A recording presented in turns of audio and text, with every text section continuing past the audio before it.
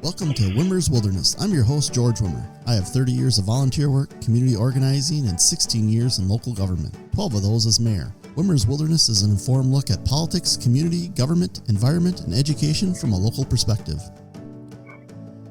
Today we're joined by with Lisa, the combo of Lisa and Rob Zahler, who own and operate the Northwoods Bakery in Chautauqua, Wisconsin.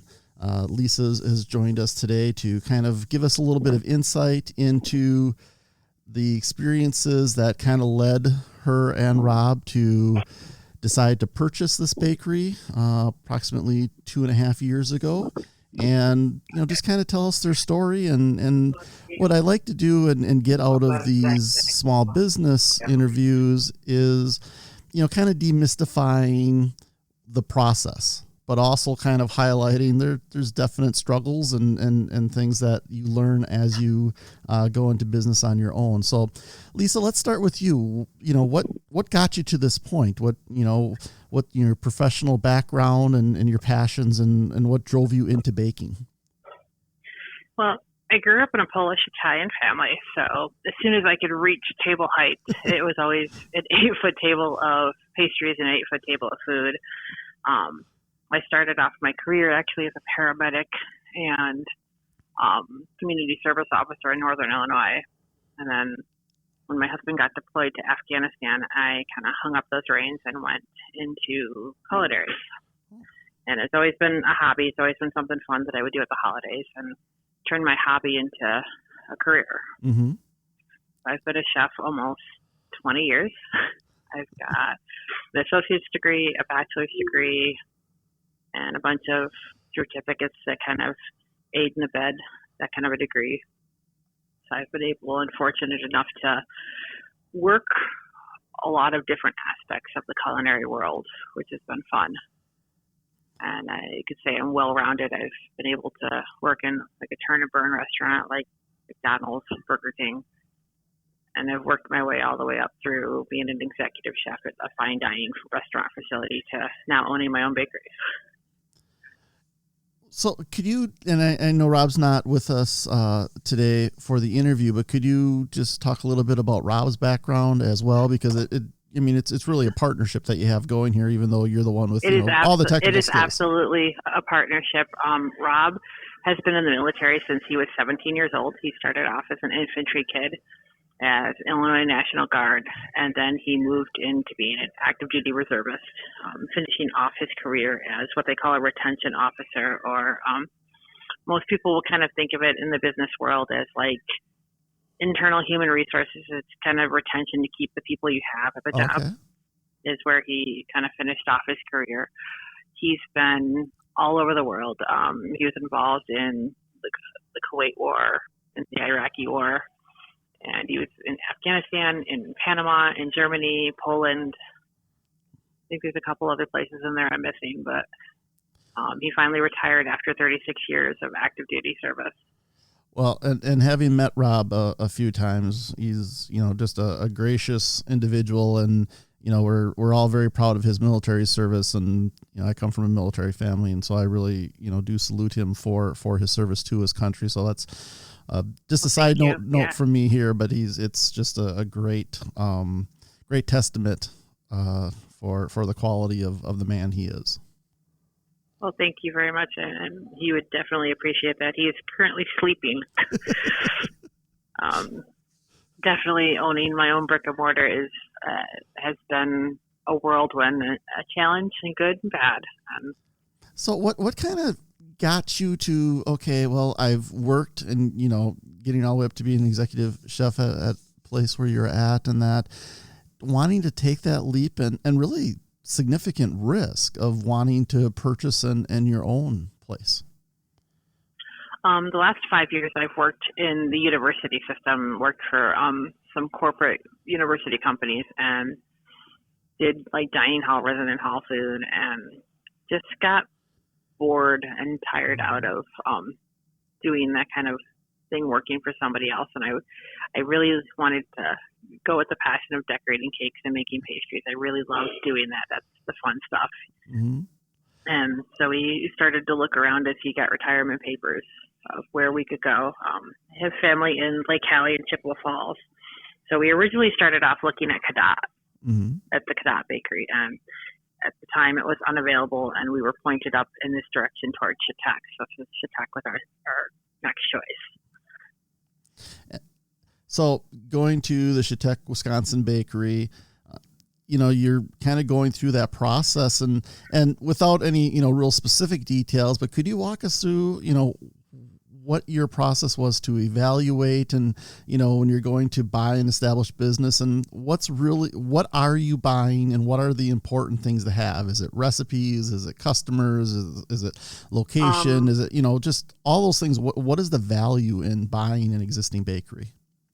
When you're looking at buying a business, it's definitely a learning curve for us, especially buying a business that we didn't know much about. It's doing, hindsight, more research now, but making sure you look at your customer base, you get the financials from the business, and you see exactly how their business is functioning, and what kind of recipes they have, and are they tried and true recipes? Are they things that have been just copied from Food Network? Are they, how is their quality, and take the time to talk to the community around the business, which is hindsight, something we did not do. Yeah. Well, one of my many past careers in finance, I would do the process of due diligence when we would buy a company, and it's amazing to see what there is and then what there isn't. You can kind of look at it and you have certain expectations, and sometimes you're disappointed with what the outcome is. Sometimes it's a pleasant surprise. But if you are able to really get in and kind of tear things apart and see what are the benefits and the negatives of a business, it is a process, and it is. And it's also a profession. I wouldn't expect a lot of people who are, going in, my advice to anybody getting a business is get a lawyer. We did not do that. Get a lawyer to look over all the paperwork with you. But it took us about a year to get through everything to figure out what we actually had here. Yeah, and that's very good advice. There's your job is to be the best baker and to have the best baking business. Not to be a lawyer, not to be an accountant, not to be all these different things. Now, as a small business, you gotta kind of dabble and figure out the right questions to ask. But it can be really overwhelming taking over an existing business, especially when you're not from that community. Yeah, it's very much, especially if you're not from the area and you're walking into a business that looks at the forefront that it's thriving. Definitely seek outside professional help to come in and help you evaluate. That is my hindsight advice.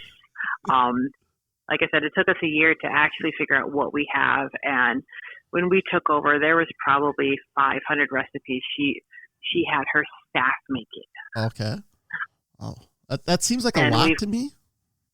It is very much a lot. Even as a chef aspect, a menu that large, definitely somewhere, some corner, some kind of quality is failing, because you cannot consistently put out 400 to 500 items and have every one of them be top notch. There is a fail point somewhere. We have since cut the menu way down and kept all the popular items. And I know some of the customers have gotten upset because I cut out things, and I've simply explained it as the fact of I can't keep the best quality possible with the amount of staff we have. So we're just gonna not make this anymore, because I'd rather not make it and disappoint you than you get it and you be upset with the poor quality. Right. And that's any business. I mean, controlling the number of SKUs or the number of items that you produce is really important from an efficiency standpoint, a cost standpoint, and like you said, a quality standpoint, to make sure that it is manageable and that you're also, making the return on investment. I mean, you could have, 1,000 different items you're making, but if one of them only, turns you $1 profit over 2 months, it's a waste of everybody's time. And so, yeah, I mean, that's an excellent job on your part, and to be able to stand up and say, look, this is what makes the most sense for us. And in the long run, it's going to make the most sense for the bakery and for the customers as well, because you want to ensure that something that has your name on it is top quality. Absolutely. Even knowing like how seasonal the business is, like we were led to believe that it did well all year round, that it wasn't, it was still a seasonal business, but it was steady most of the year. And unfortunately, that is not the case. And I don't think it ever was. Somebody who's been part of that community for, 15 years now, and going in there often during all that time, there are definitely ebbs and flows to it. Yeah. And we've learned, how to ebb and flow our menu, where we plus it up in the summer, where we have all the tourists from all over, where we cut it down to maybe one case in the winter, 1 or 2 cases where we just have like our main sellers for our locals. Mm-hmm. Mm-hmm. And we do different things for our locals than we do for the tourists. What are some of the new things? I know in a previous conversation we talked about, you're looking at, providing, perhaps lunch menu, breakfast menu, different things like that really hasn't been there before. Right now on weekends, we do a breakfast sandwich, and biscuits and gravy that we make from scratch in the back. We put those out on the weekends. And then we make sandwiches and fruit cups, and I've got some pasta salads and stuff that we put out there, like little grab and go things for boaters. Mm-hmm.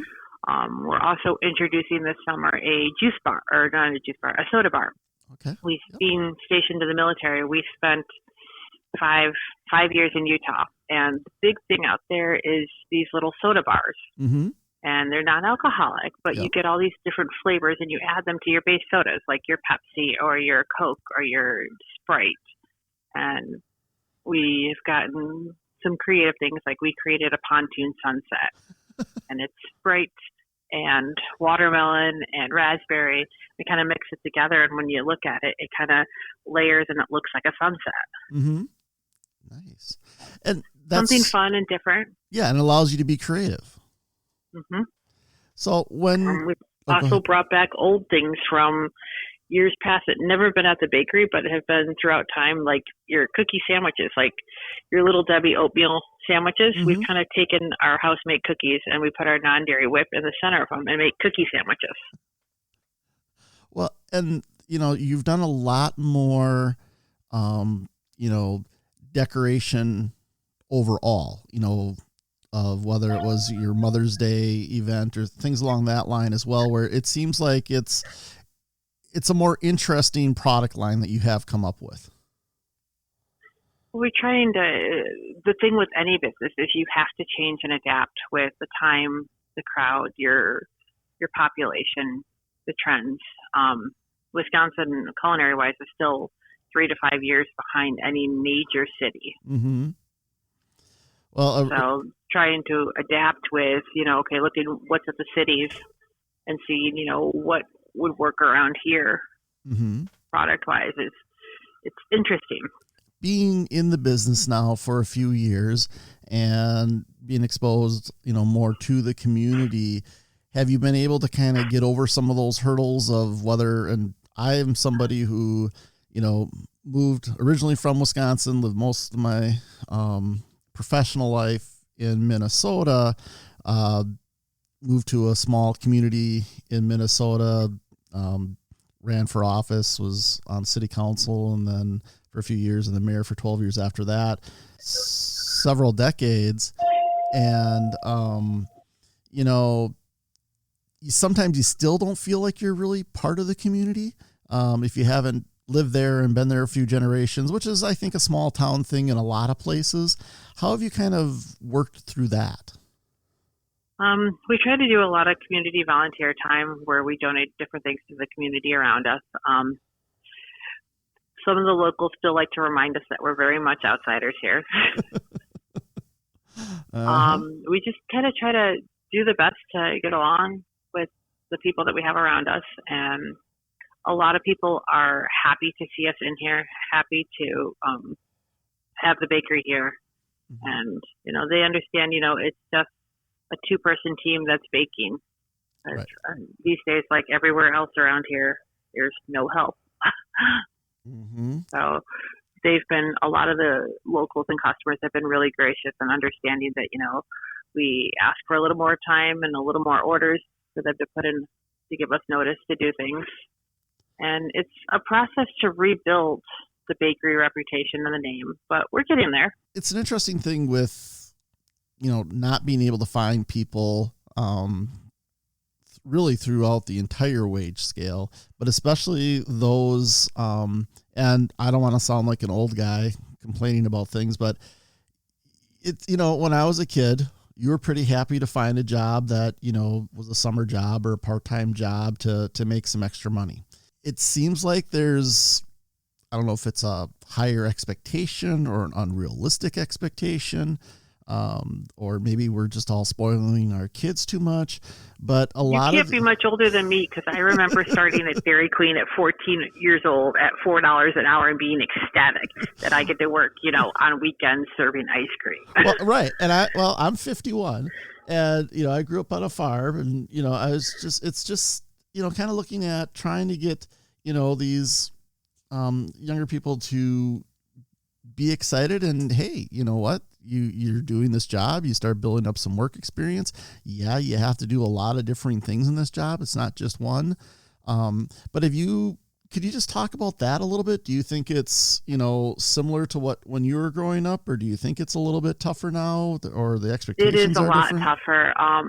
I had a girl who left because she decided after a year she didn't like food service. It was too hard. Mm-hmm. It was too hard to decorate cupcakes and cookies, that she would much rather punch buttons at a grocery store. Yeah. And okay, that's Mm-hmm. where she's headed. She's not headed in, her life is not headed towards the food industry. She wants to go in a different industry.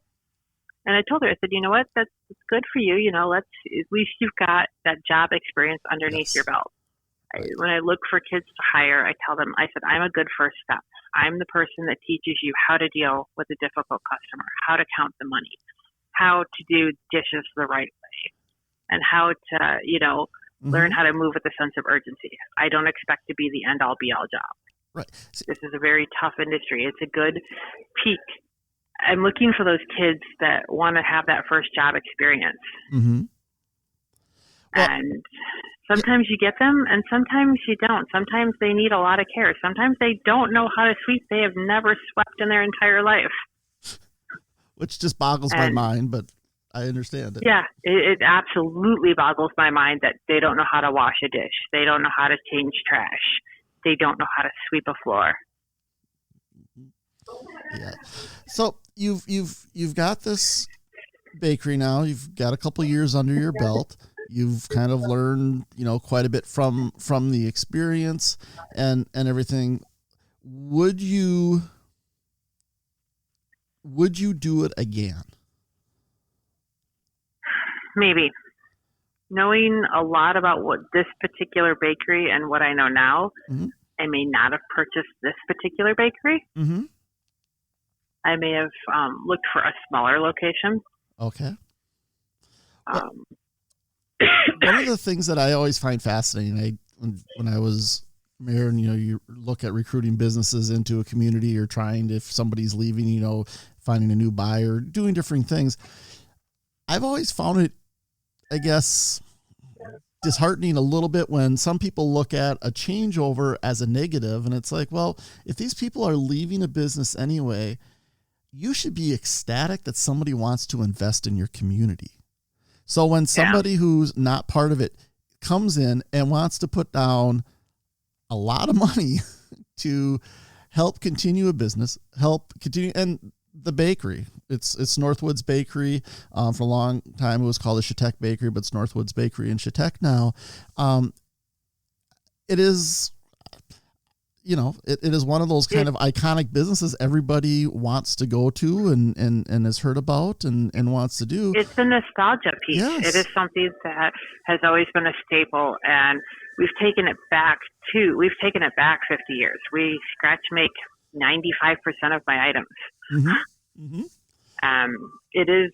I've had people come in and say, "Oh, bakery's not a real job. Bakery's a fluff job." No, it is not a fluff job. Wow. I can tell you on a daily basis, I'm lifting 50 to 100 pounds of dough, and I'm cutting, Mm-hmm, 5, mm-hmm. 6, 8, 10, 20 dozen of cookies. Right. And my son that's 15, today's his last day of school. Instead of going home to play video games, he's in the back making turnovers. Yeah. And it's that kind of a business. It's that bakery is anything culinary restaurant wise is not, everybody comes in and thinks little magical fairies produce everything and can hurry up and make stuff. It is not that way. It is a lot of hard work, and anybody that's seriously wanting to get in the business, I invite them, come spend 24 hours with me. That is come spend 24 hours with me and see what I really do.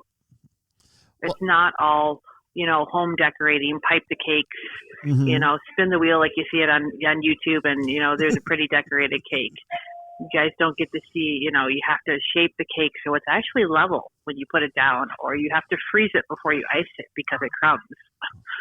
Well, and then you also do online orders and special events and things like that. How does that kind of all play into, and how much of your overall business would you say that is at this point? Right now it's like 5% of the business. It's really low. It's something new we just started. When we took over, we started to update the website. Mm-hmm. And with the ending of COVID and stuff and people still being leery, we offered online ordering. That's everybody that's from the Chautauqua area knows that you could only get fish cookies from fish opener to fish closer. Mm-hmm. And this year we changed it that you can actually order them online all year round. Nice. And I can ship them out, which is, I finally have got a good shipping process that ships them out. They don't get broken. They come in one piece, and they still taste delicious by the time you get them. Well, and I'm actually on your website right now as we're talking, and we have the fishing cookies. Looks like $12 for a group. Yep. That must be the adult fish cookies. Yep. The ChautauquaBakery.com website here. So there's just a lot of differing options for people to take a look at that as well. And I will link all this stuff when we put this. The other new thing out. we tried this year is drop ship merchandise. Instead of carrying a ton of merchandise in our store, we've created some drop ship items that are specialty to the bakery. I've got a cute little mug and things like that you order and it goes right to you. Just kind of, people in the past have asked us to carry merchandise, and with the cost of rising goods, yes, we've kind of gone to this creation of dropship that is available for people. Could you tell us a little bit about the book you put together? So this year, with it being a little bit slower, I had some time to go through all of the old recipes, and even though we did change our name, I still wanted to pay homage to the Chautauqua Bakery. So on the front, there's a cover from 1939 of the old bakery. And in the book, I've actually got quite a few of the old bakery recipes. And then some of the ones the last owner left behind, like the chocolate chip date cake is in there. I believe that was her grandmother's. Mm-hmm. We don't make it anymore, but I at least put the recipe in there so that other people could find it. And I actually went out on Main Street and talked to all the retailers, and they have their own chapter in there with the Chautauqua South. And they each have a recipe from their family that they've donated to me to put into this book. And just kind of giving everybody a little bit of taste of the recipes that, you can't find anywhere else, that these are the recipes that have been within the walls of the bakery. And yeah, I looked through that book when I was in your shop a few weeks ago, and it's really, something in those pieces of community history oftentimes kind of get passed by. So when somebody puts all that information together, it becomes really a treasure for that community. And it's something that, as people move in and out and, everything's changing all the time, and it always will. What's going on in your own community oftentimes kind of gets, poo-pooed. I mean, we spend thousands of dollars to go fly to somebody else's, little community to vacation in, but we don't oftentimes take a look at where we're actually at and all those great gems around us. And that's the thing that I really loved about that book is it encapsulates the a lot idea of history. came from being in a Walgreens and seeing as you're checking out, they've got all these little like history books from the area, like this logging community and that logging, and you don't see anything for Chautauqua. So that's where the basis of the idea came for the cookbook. Is Chautauqua needs something. Awesome. And eventually there might be a volume 2 when I get some more time to breathe. But we want to keep you as busy as possible, so it's kind of a dual-edged sword. I have recently started to agree to certain tourists that come up at the cabins that my son likes to give me a hard time because I say I call it a night for hire. On the days I don't work, I'll go out to the cabins and cook for people. Oh, nice. But I want to keep the bakery and the history around. Like, we found a really cool sign behind a wall, and when I asked Mr. Moulette, a former owner, he said it was from 1932. It's from the original owners. It's a hand-painted tin-type sign that's advertising decorated cakes of the era. Amazing. And I think that touches... I've recently donated some of the old items I found to the museum. So they now have a piece of like the Chautauqua bakery history. Well, and that brings up an interesting thing that I think everybody needs to be reminded of is that, we see a business and even an iconic business like the bakery, and we think, the person who was there has been there for the last 80 years. And these businesses change hands. The previous owners had it for about a decade or so, I think, something like that. Yeah. And then before that. So it's not as if it's, the same group. And I think people just kind of get things fixed in their mind when, there's the aspect of it. It's a business like any other business, but this particular business is pretty special. And then when it changes hands, it's done that a number of times. You're not the first person to buy this business. And I think it's good for people to remember that in each of their communities, that when there's something that's kind of iconic and somebody else comes in, and even if they're not from the community and they buy it and they're willing to invest in your community, these are all positive, good things that should not be overlooked. And my advice to people is give them a chance, especially if they're new business owners. It's going to take them a while to figure out the ebbs, the flows, and what works, what doesn't work. What worked for the last owner may have been the way they did it, their personality that went with that item. It may not work the same for the next set of owners. Absolutely. It takes a good year and a half to get your feet under you to figure out what works, what doesn't work. They used to make cheesecakes. We no longer make cheesecakes because I found they sit in the freezer too long. Oh, yep. It just was not an item that was moving fast enough for us that I could continually promise people fresh items without saying, yeah, it's been in the freezer. What's been your worst experience, or your worst, in this last 2.5 years, or the toughest? Maybe not. Maybe worst isn't the right word, but the toughest thing. There's attitudes. People's attitudes with the changing over the hands of the old, from the old to the new, or they're not happy because we discontinued something. And there's been times I've had donuts thrown at me. Rob has had donuts thrown at me. Really? I've had my staff screamed at us. I think last summer was the worst point of it, where I actually put up a sign that says, if you are rude, I will charge you a $5 convenience fee. That's ridiculously sad, and I just can't even... I just don't understand people doing that type of atrocious behavior. I mean, for love of Christmas. I mean, how do you do that? There's a lot of people that feel they're entitled because they're a legacy cabin, or they've had their cabin up here for years. So they just automatically can walk in and demand what they want, or cut the line, and I've taught all of my staff to be very polite. And I've kind of like the groundwork for all those socially awkward kids. This is kind of where they start. Yeah. So when you get an angry tourist, local, whatever, to come in, it shakes them quite a bit. I've had teenagers sobbing in the back because they've had people rude. A good example was today. After 6 months, I finally have a new person starting. Mm-hmm. Yay! Yep.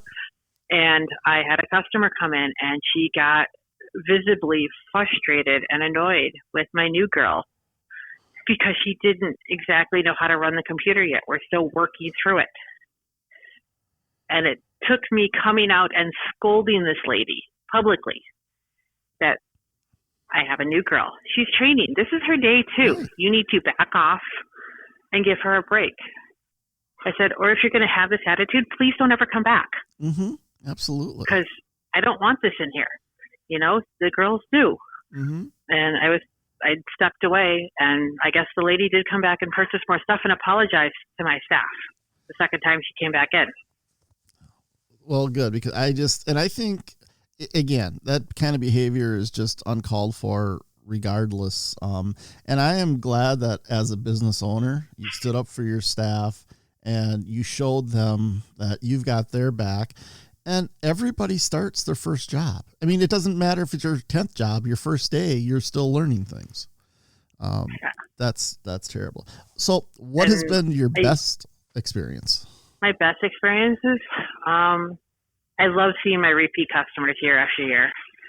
I love having those tourists come back and they walk in and I know what they want right away. And they're happy to be here. They're happy to see you. We did a cake recently for a little girl that passed away. Oh. And it was a simple cake, but it was angel wings. Mm-hmm. And they were just so happy to see it. And it was things like that. Or I usually tell my churches in the area, I said, you know, nobody can control death. I said, if you don't feel that you can't because I'm closed or I'm not there, you can't call and leave a message and ask for something for a funeral. Right. I said, you know, we have no control over what happens in our life. I said, and that's not a reason why, you know, somebody shouldn't pick up and tell you they can't help you. I said, I will do the best that I can to help you out. I said, but please don't feel put off because it says I'm closed or something. Please call me. There's been longtime customers I've actually given my personal cell phone to if they need help, like outside, whether it's getting their grass cut or things like that.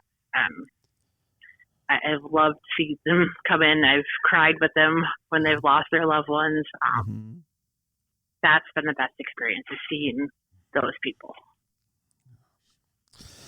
Well, I would like to thank you for taking a little bit of time out of your busy schedule. And are there other things that you would like to kind of cover that I haven't asked about? And as I said, you know, I'm going to get all the things out there, you know, the chictechbakery.com website. And I Facebook, love having local artists come and put their stuff in my building. Oh, excellent. Like your honey. Mm-hmm. I love having people like that. Moose Lake Mustard got her start with us. She was kind of making it for friends and family, and we gave her start to have a commercial kitchen space to start dabbling with. Awesome. I am more than happy to provide that to anybody. They just have to have a conversation with me. And for anybody out there, Lisa is phenomenal to talk with. I mean, you learn a lot from her. She's very gracious and kind. I mean, it's just, you know, being a Wisconsin guy who, you know, and those people from Illinois would come up, you know, we'd kind of look at them out of the side of our eyes here a little bit, but boy, she is just a wonderful person. And I am a Wisconsin local. My daughter was born in La Crosse. Just not Chautauqua local. But I spent a few good summers down in La Crosse. That's a whole life ago, but no, it's a great opportunity for people to have someone like Lisa, who would be a great mentor, I think, to help out a lot of people in the community. And that's really what you like to see from people, from business owners especially, because there's a lot of mystique around owning your own business and what it really takes. And it's a lot of work, and you figure out new things every day. And it can be crushing at times, but having somebody who can kind of give you some words of encouragement and guidance, you know, Lisa's your person. Other than that, thank you very much. It's been an honor and a privilege to be on your podcast. I appreciate you taking the time to ask us to join you. All right. Well, thank you so much, Lisa, and we will see you soon. Sounds good. Thanks, George. Bye. Thank you for joining us today. Help us spread the word by telling your friends, family, and heck, even your frenemies that they can find us on iTunes, Spotify, Luminary, iHeartRadio, Stitcher, Google Podcasts, TuneIn Radio. Pretty much anywhere you can find a podcast, you're going to find Wimmers Wilderness. To learn more about us, go to wimmerswilderness.org. Make sure to follow us on Facebook, Twitter, and Instagram at Wimmers Wilderness.